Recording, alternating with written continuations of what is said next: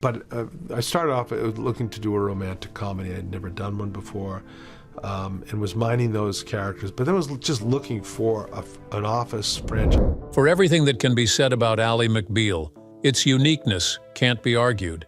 David E. Kelley's legal dramedy, which aired its season finale 28 years ago, was the talk of the country in the final few years of the 20th century, with its dancing babies and willowy stars. Here are 20 things you might not have known about the series that launched the careers of Callista Flockhart, Portia de Rossi, Lucy Liu, and Jane Krakowski. Number 20. Another actress claimed she was offered the lead role. In 1999, Bridget Fonda, the niece of Jane Fonda, revealed that she had been offered the lead role in Ally McBeal but turned it down because she did not want to do television. She explained that David E. Kelley sent the script and the offer through her agent. Fonda said she refused to read the script because she feared she might like it, and she had never wanted to do television. She stressed that she loved working in feature films too much. Fonda, who starred in Jackie Brown and Lake Placid, later said she did not regret the decision to pass on the offer. She explained that she was not upset about missing out on Ally McBeal, even though it became a major success. She added that she had been in the business long enough to know it could have turned out poorly with her in the role. Fonda believed the show worked as well as it did, because Callista Flockhart played the part. Number 19. Lucy Liu was going to pass on Ally McBeal. Lucy Liu first auditioned for the role of Nell, but that part went to Portia de Rossi. David E. Kelley, however, was impressed with Liu's performance and wrote the character of Ling Wu especially for her. As Liu later explained to Metro, she almost turned the role down because she wanted to take part in a play instead. She said the offer for Ally McBeal came back a few weeks later as a guest star role, and at the same time she had been offered the play. The television role would have required only 8 days of work, while the play would have run for 3 months. Liu said she wanted to take the play because she felt it was more artistic. Her manager, however, insisted that she take Ally McBeal. Liu recalled that her manager told her she would pass on the play and accept the show, and that was final. The decision proved essential, as the role soon became a defining moment in Liu's career and placed her at the center of popular culture. Number 18. When Ally McBeal met the practice. A few months before he introduced Ally McBeal, creator and writer David E. Kelley brought out The Practice. The two shows aired on different television networks but were set in the same universe. Ally McBeal was known for its quirky style, while The Practice was written with a more serious tone. Despite their apparent differences, the two legal shows were brought together for a crossover episode. The first part of the crossover aired on Fox, and the second part followed an hour later on the American Broadcasting Company. According to Tyler Coates from The Decider, the crossover did not work very well. He explained that the pairing was mismatched because of the very different styles of the two programs. Characters Bobby and Eugene played their roles seriously when they appeared on Ally McBeal, while Ally herself acted unexpectedly formal and professional on The Practice. The result, he said, was a strange experience, as the episodes did not fit together smoothly. Number 17. Real Reason. Lisa Carson left the show. In the late 1990s, Lisa Nicole Carson was widely known for playing Callista Flockhart's bold and lively roommate on the television series Ally McBeal. She had a leading role on the show as Renee Raddick for the first 4 seasons. Then an incident took place. She later recalled that she was in New York City visiting loved ones when she suddenly had a fit in her hotel. She began yelling, throwing objects, crying, and creating such a scene that the hotel staff called for an ambulance. She was taken to a hospital where she stayed for several weeks, and a psychiatrist diagnosed her with bipolar disorder. When she was released from the hospital, she returned to work on Ally McBeal. She believed, however, that the breakdown cost her the job. She said that everyone on the show treated her kindly, but her contract was not renewed for the last season. She was not given any explanation, but she assumed it was connected to what had happened. She described herself as devastated. In 2015, Carson spoke in detail for the first time about the bipolar diagnosis that nearly destroyed her life and career. She explained that from the time she left show business in 2001 until that year, she had been on a long and challenging journey. She said she did not know if she would make it through. For many years, she wanted to stay silent about her illness, but since her breakdown had been public, she felt she needed to address it. She now lives quietly in Hollywood and hopes to restart her acting career. She told People magazine that losing one's mind is as traumatic as it sounds and beyond anything one can imagine. Before her career gained momentum as Callista Flockhart's sidekick on the show, she had already suffered her first psychotic breakdown in 1997. Over the next 7 years, she experienced what she described as too many breakdowns to count. At first, the diagnosis of bipolar disorder made no sense to her. She had never heard of it, and she was in denial. She did not want to take her medication. In the following years, she experienced more mania than depression. She admitted that at times it could feel beautiful, but at other times it was horrifying. In 2000, she had another breakdown in a Manhattan hotel that made headlines. She described it as terrifying, with glass breaking, shouting, screaming, and fear. She then spent several weeks in a psychiatric ward before returning to the set of Ally McBeal. She remembered that the cast was very worried about her, and they even made a video sending her good wishes. After that, she worked hard for a year, but in 2001 she was told that her contract would not be renewed. She cried for a week. Though she was devastated, she said she did not hold ill feelings. She described what had happened to her as something strange, and she believed that everyone simply reacted in their own way. Her last breakdown took place in 2004. She described it as the most terrifying moment of her life, and the closest everything came to collapsing. That episode marked what she saw as the beginning of the end of the disease for her. She decided that whatever else was happening in her life had to come second, and she had to take her medication and fight with all her strength. Over the years, she worked with doctors and tried many different medications until she found the mood stabilizer that worked for her. She shared that she had been stable and free of breakdowns for over 10 years. After returning to Hollywood in 2014, she said that simply being healthy, enjoying life, and auditioning again brought her joy. She felt fortunate. Carson expressed that she hoped her story could help others. She admitted that it was a risk for her to be open and that she never wanted to speak about what had happened. However, she had a change of heart. She said that it is rare for someone with an illness as severe as hers to come out the other side, but she wanted people to know that it is possible. She said that one can get to the other side. Number 16. The wedding episode that never was. Robert Downey Jr. stepped onto the set of Ally McBeal in 2000, only a short time after completing treatment for substance use. It was considered a risk for both him and the show. By then, the series was losing ground. Ratings in the third season had dropped, and many viewers had complained that the storylines had moved too far from the legal cases. His arrival changed the direction. He played Larry Paul, Ally's lawyer boyfriend, and his presence quickly made a difference. His scenes with Callista Flockhart portrayed energy and warmth that drew audiences back. Ratings in the fourth season climbed, and many who had stopped watching returned. Larry became a favorite among viewers, and his story with Ally gave the series new life. However, away from the set, his life was unsettled. Speaking to The Guardian in 2003, he explained that those years were the lowest point of his unhealthy habits. He admitted that at the time, he did not care if he ever acted again. His problems with substances were widely known, and they began to affect his work. The writers had planned for Larry and Ally to be married in the finale of the fourth season. It was meant to give the show a hopeful ending. Unfortunately, in April of 2001, he was arrested in Culver City on suspicion of substance use. After that, he was dismissed from the show. The finale was changed, and instead of a wedding, the story ended with Larry and Ally separating. Viewers were left disappointed, and the series did not regain the strength it once had. Number 15. Lucy Liu's manager nudged her into Ling Wu glory.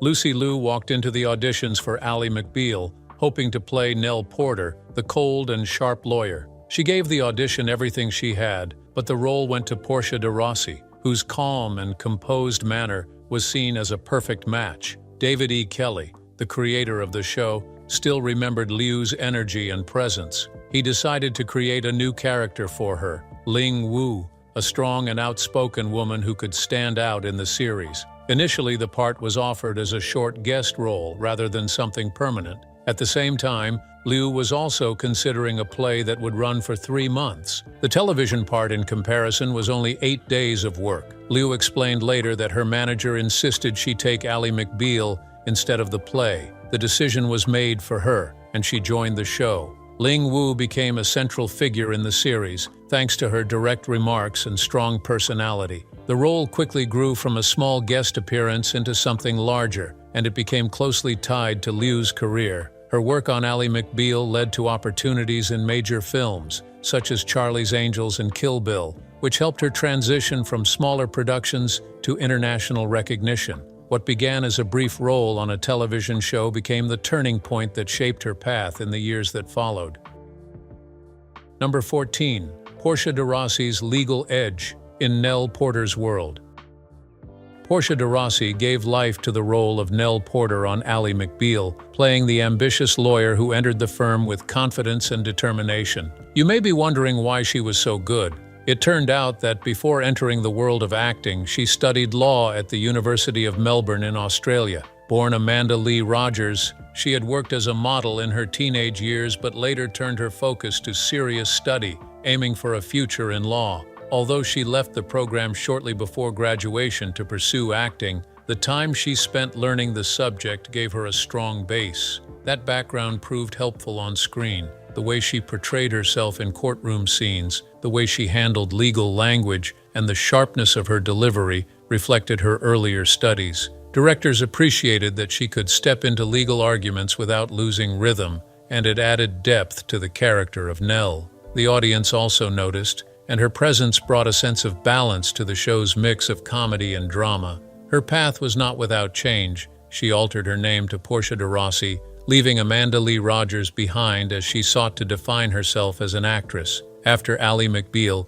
she went on to secure roles in Arrested Development and Scandal, but her years in Melbourne remained an influence. In later interviews, she explained that her education sharpened her thinking and provided her with tools that carried over into her performances. What began as the study of law in Australia became the grounding for a career in acting, shaping the way she portrayed characters that required intelligence and authority.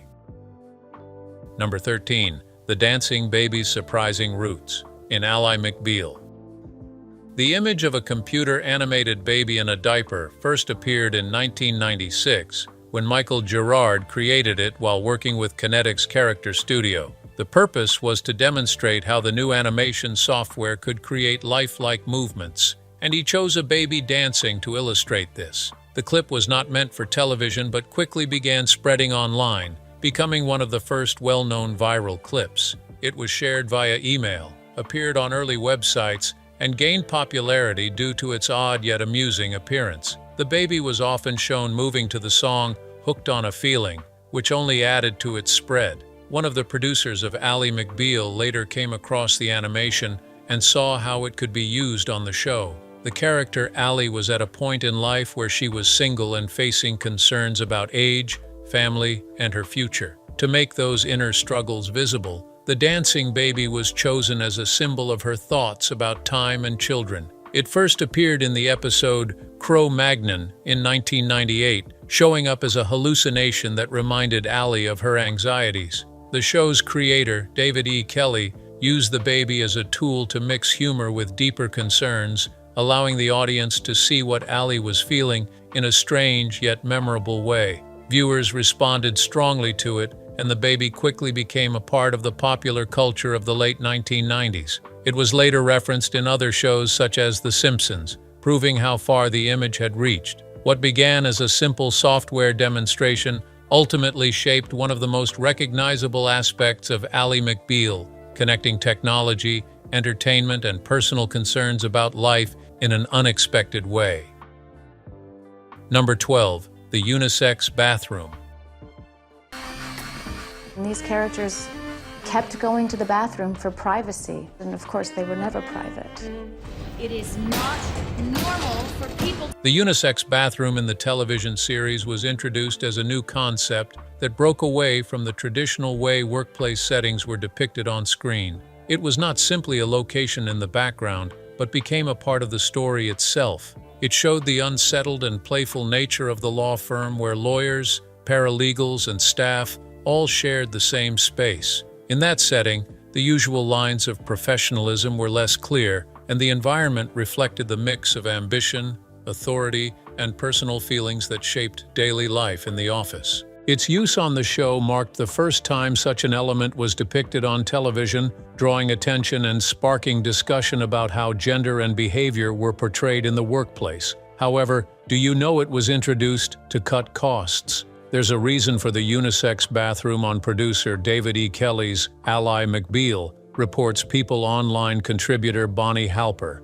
Kelley, who picked up one of his 2 Golden Globes for the Fox show last weekend, told an audience at New Orleans' National Association of Television Program Associates, the idea of the unisex bathroom came out of how to economize sets. That, he said, and the fact that Richard Fish, one of the founders of the show's fictional law firm, probably likes to go into the girls' room. Within the series, the unisex bathroom transcended being a place for casual exchanges. It became a setting where important conversations and actions took place. Agreements were made, confidences were shared, and rivalries continued to grow under the simple setting of fluorescent lighting and running water. By choosing that place, the show removed the polished front often linked with legal work and replaced it with a space that showed the personal side of the characters. Making the bathroom unisex reflected the unsettled and open nature of the firm itself, where accepted boundaries were often tested, and the lines between work and personal life were not always separate. Outside of the story, the presence of the unisex bathroom encouraged public debate. It led to conversations about how workplaces could or should address shared spaces and how gender and privacy were handled in professional life. Some viewed it as a clear picture of offices that were beginning to change and become more open, while others questioned whether it encouraged behavior that was not suitable for a workplace. Regardless of one's views, the influence of the unisex bathroom was clear. It was not only part of the set, but also became a point of cultural discussion, highlighting how a television series could draw attention to broader questions about privacy, power, and workplace life. Number 11. Kelley wrote or co-wrote all but one episode. David E. Kelley is the writer behind many well-known television series, including Ally McBeal, The Practice, Chicago Hope, and Picket Fences. He wrote every episode of the first season of Ally McBeal, which was a mixture of comedy and drama. At the same time, he also wrote almost every episode of The Practice, which was a more serious courtroom series. His ability to handle different styles of storytelling at the same time showed the quality of his writing.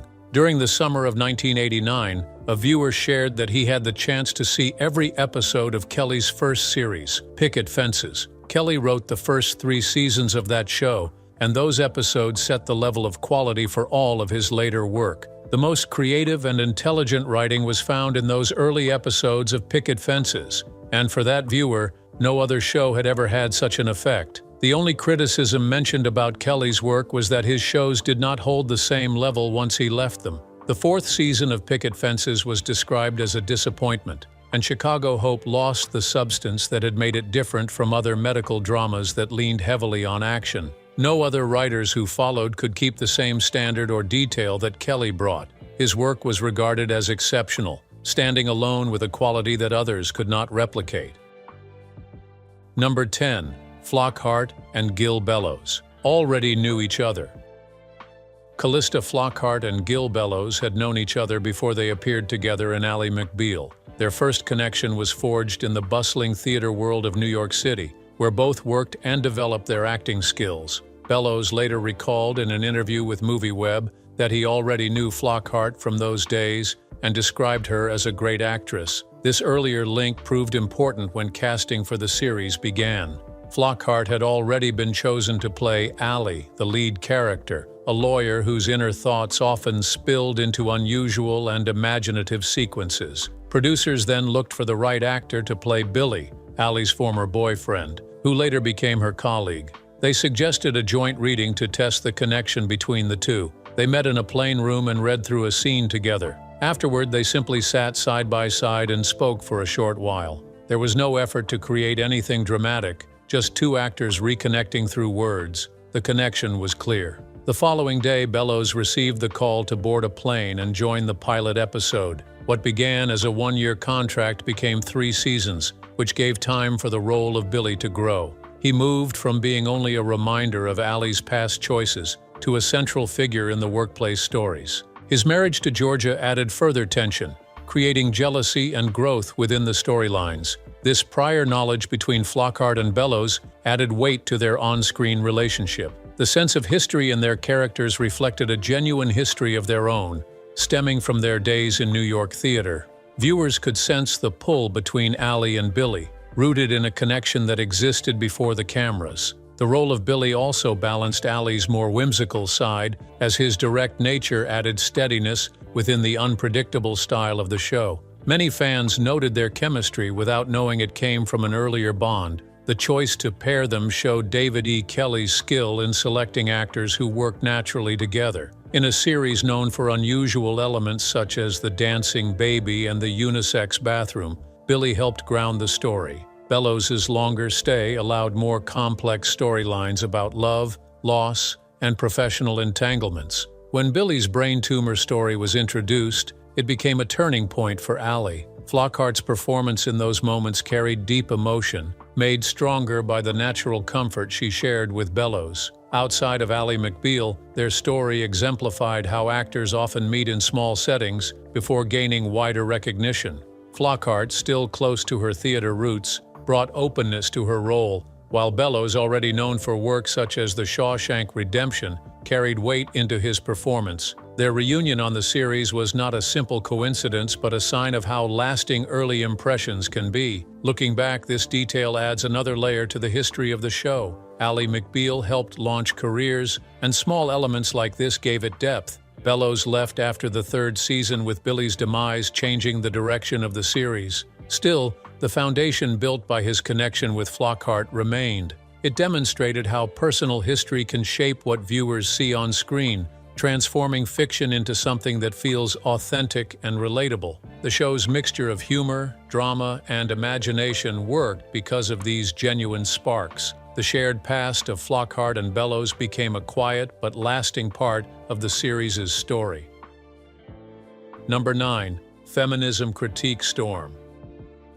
In 1998, Ally McBeal became part of a broad cultural debate when the June 29th cover of Time magazine placed Callista Flockhart's character beside well-known feminist figures Susan B. Anthony, Betty Friedan, and Gloria Steinem. The headline asked, "Is feminism dead?" The cover followed an earlier piece in Newsweek which had described Ally as the quintessential post-feminist, a description that brought attention to her character's unusual mix of vulnerability and humor. During the show's 2nd season, Ally had a scene where she shared with John Cage a dream in which she appeared on the cover of Time magazine as the face of feminism. The scene was written with a playful tone but also reflected how the series often engaged with larger questions about gender roles and identity.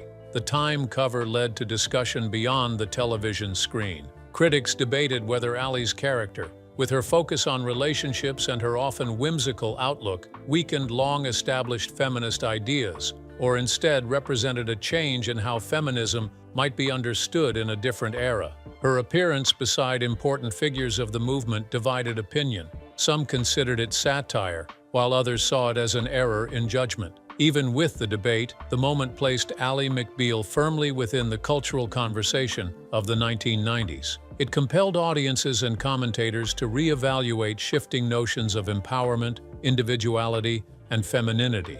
The cover and the reactions to it demonstrated how a television character could spark honest discussions about social and political identity, linking entertainment with the broader currents of the time. Number 8. Courtney Thorne Smith quit the show because she wasn't eating enough. Courtney Thorne Smith, who played Georgia Thomas on Ally McBeal, decided to walk away when the pressure to stay thin became too much for her to handle. In an interview with US Weekly, she spoke honestly about what she went through. She said, "I started under-eating, over-exercising, pushing myself too hard, and brutalizing my immune system." She admitted that her thoughts were constantly taken over by food and body image, explaining, "The amount of time I spent thinking about food and being upset about my body was insane." On the show, Georgia was portrayed as a polished and confident lawyer who was involved in both romantic and professional conflicts within the firm. To keep up that image, Thorne-Smith felt she had to maintain a perfect appearance, but it came at the cost of her health. The series, which often showcased very slim actresses, made the pressure even harder to escape. She found herself stuck in a cycle that left her drained and unhappy. Leaving Ally McBeal was not only a personal choice, but also revealed something larger about the time. In the late 1990s, Hollywood often valued appearance over health, especially for women. Thorne-Smith's decision and her honesty about the experience opened up conversations about those harsh standards. It showed the toll it could take on an actor's body and mind, reminding people that behind the glossy world of television, there was often a very different reality. Number 7. Target audience. Fox reached out to David E. Kelley, who had created the legal drama The Practice only 6 months earlier, with a request to design a new series. The network wanted a show that could attract more female viewers between the ages of 18 and 34 to watch after Melrose Place. They specifically asked for a program centered on young, ambitious business executives whose personal and professional lives were charged with desire and competition. Fox gave Kelley complete freedom to shape the project in any way he chose. Instead of following the request exactly, he drew on his own background as a lawyer. From that, he built the idea for Ally McBeal, a show that placed attorneys at the center of its stories. Number 6. Half-hour sitcom version. In 1999, Fox created a half-hour version of Ally McBeal in hopes of raising syndication sales. Hour-long programs did not perform as well as half-hour comedies, so David E. Kelley cut down the original show and renamed it Ally. The new version was made from earlier episodes of Ally McBeal. The courtroom scenes were removed, and unused material that had never aired was added to fill the time. The goal was to make the show work as a shorter series. The experiment did not succeed. Fewer than half of the regular viewers of Ally McBeal tuned in to watch Ally. After only 10 episodes, the shortened version was canceled. Number 5. Original theme song. David E. Kelley had a plan for the opening theme of Ally McBeal. He focused on Vonda Shepard's cover of Burt Burns' 1962 song, Tell Him. He liked its older style, which he thought matched the unusual and romantic setting of the show. Vonda Shepard and her manager disagreed. They wanted her own song, Searching My Soul, to be used instead. They believed it was a chance to show her ability as a songwriter and not only her singing voice. At first, Kelley held on to his idea of using the cover song because it was already familiar. After several discussions, Kelley agreed to use Searching My Soul. However, he altered it by increasing the tempo and shortening it to 1 minute, allowing it to fit the program's quick opening. The song then became the theme of the series. Shepard's song went on to define the music of the show and became known as part of television in the 1990s. Number 4. Ally McBeal's Risky Romance. In Season 4 of Ally McBeal, in the episode titled In Search of Pygmies, Ally takes on a case involving a 39-year-old woman who is in a relationship with an 18-year-old. Ally argues that age should not stand in the way of real feelings. She wins the case in court. Afterward, the story takes a turn when Ally herself begins dating the young client, whose name is Jason. This created discomfort among viewers at the time. On early online forums such as Television Without Pity, fans described the storyline as icky. The age difference, combined with Ally's role as the lawyer who had defended him, stood out against the usual light and nervous style of her character. Writers from Variety in the year 2001 noted that this plot moved Ally's unusual behavior further than before and placed her character's appeal at risk. The debate around the episode centered on questions of ethics and the balance of power in such a situation. Number 3. John Cage's Quirky Toilet Secret. John Cage, the unusual lawyer on Ally McBeal, kept a remote-controlled toilet flush in the law firm's unisex bathroom. At first, it appeared to be nothing more than an odd device that matched his eccentric personality. Yet the flush was more than a joke. Pressing the button opened a hidden room that he used as a private place. Inside, Cage would rehearse his speeches or step away from the noise of the office when he needed space. This feature first appeared in Season 1 and became tied to the way his character was shown. The combination of his interest in unusual technology and his nervous mannerisms gave him a distinctive presence on the show. Viewers grew fond of these details, and this unusual setup became one of the reasons why Cage was remembered as the show's most peculiar yet endearing character. Number 2. Lara Flynn Boyle's sneaky Ally McBeal cameo. Lara Flynn Boyle first tried for a role on Ally McBeal, but instead she was chosen to play Helen Gamble on The Practice. Her sharp style fit the serious tone of that drama more than the light and quirky world of Ally McBeal. Even so, she did appear without credit in a few episodes of Ally McBeal. In Season 1, she crossed over as Helen, stepping into the cage and fish setting. Many viewers hardly noticed these brief appearances, but they served as a quiet link between David E. Kelley's two creations. It showed how he blended the playful side of one series with the more intense side of the other. Number 1. Flockhart was tired at her audition. The stage actress was one of hundreds of actresses who tried out for the part, including Lara Flynn Boyle. I was jet-lagged and tired, so I just went in there and thought, well, whatever happens, happens, Flockhart told People magazine in 1998. When she walked in on a cold reading, she just was Ally, Kelley added. Ally McBeal was one of the most popular shows in the late 90s. Although it only ran for 5 seasons between 1997 and 2002, Ally McBeal made a huge impact on primetime television and drew in millions of viewers each week. Which fact are you hearing for the first time about the show? Let's hear from you in the comments. Thank you for watching. Kindly subscribe to our channel and enable your notifications for subsequent videos from us. Before you go, watch the other videos on your screen.